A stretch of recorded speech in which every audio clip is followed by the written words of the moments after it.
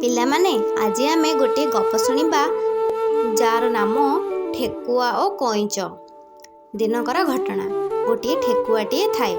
ଦିନେ ଗୋଟିଏ କଇଁଚ ତା ସହ ଦେଖା ହେଲା। ଠେକୁଆ କଇଁଚ ସାଥୀ ହୋଇ ସାଙ୍ଗ ହେଲେ। ଦିନେ ଠେକୁଆ କହିଲା, ଚାଲ ଦୌଡ଼ି ଯିବା। ତେବେ ସେଠାରେ ଯିଏ ଆଗ ଯାଇ ତାଳ ଗଛ ପାଖରେ ପହଞ୍ଚିବ ସେ ଜିତିବ ବୋଲି ତାଙ୍କ ମଧ୍ୟରେ ସର୍ତ୍ତ ରହିଲା। କଇଁଚ ତା କଥାରେ ରାଜି ହେଲା। ଦୌଡ଼ିବା ପାଇଁ ଦିନ ଠିକ୍ କରାଗଲା। ଖେଳ ଦେଖିବା ପାଇଁ ବଣର ପଶୁପକ୍ଷୀ ଏକାଠି ହେଲେ। ଖେଳ ଆରମ୍ଭ ହେଲା। ଠେକୁଆ ଖୁବ୍ ଜୋରରେ ଦୌଡ଼ିଲା। କଇଁଚ ଧୀରେ ଧୀରେ ଚାଲୁଥାଏ। କିଛି ଦୂର ଗଲା ପରେ ଠେକୁଆ ପଛକୁ ଚାହିଁଲା। ଦେଖିଲା କଇଁଚ ବହୁତ ପଛରେ ଥିଲା। ଠେକୁଆ ଗଛ ମୂଳେ ବସି ପଡ଼ିଲା। ବସୁ ବସୁ ତାକୁ ନିଦରେ ଶୋଇ ପଡ଼ିଲା। ତାକୁ ନିଦ ଆସିଗଲା। କଇଁଚ ଧୀରେ ଧୀରେ ଚାଲୁଥାଏ। କିଛି ସମୟ ପରେ ସେ ଠେକୁଆ ପାଖରେ ଆସି ପହଞ୍ଚିଲା। ଆଉ ଦେଖିଲା ଠେକୁଆଟି ଗଛ ମୂଳରେ ଶୋଇଛି। ତେଣୁ କଇଁଚ ଭାବିଲା, ସେ ତ ଶୋଇଛି, ସେ ତ ଜଲ୍ଦି ଜଲ୍ଦି ଉଠିକି ଦୌଡ଼ିଯିବ, କିନ୍ତୁ ମୁଁ ତ ଯାଇପାରିବି ନାହିଁ।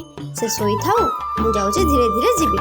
ଏମିତି ଭାବି କଇଁଚଟି ସେ ଧୀରେ ଧୀରେ ଚାଲିଲା ତାର ବାଟରେ। କିନ୍ତୁ ଠେକୁଆକୁ ଏପଟେ ନିଦ ହୋଇଯାଇଥାଏ। ସେ ନିଦରୁ ଉଠିଲା। ସେ ଜୋରରେ ଦୌଡ଼ିଲା। ତାଳ ଗଛ ପାଖରେ ପହଞ୍ଚିଲା।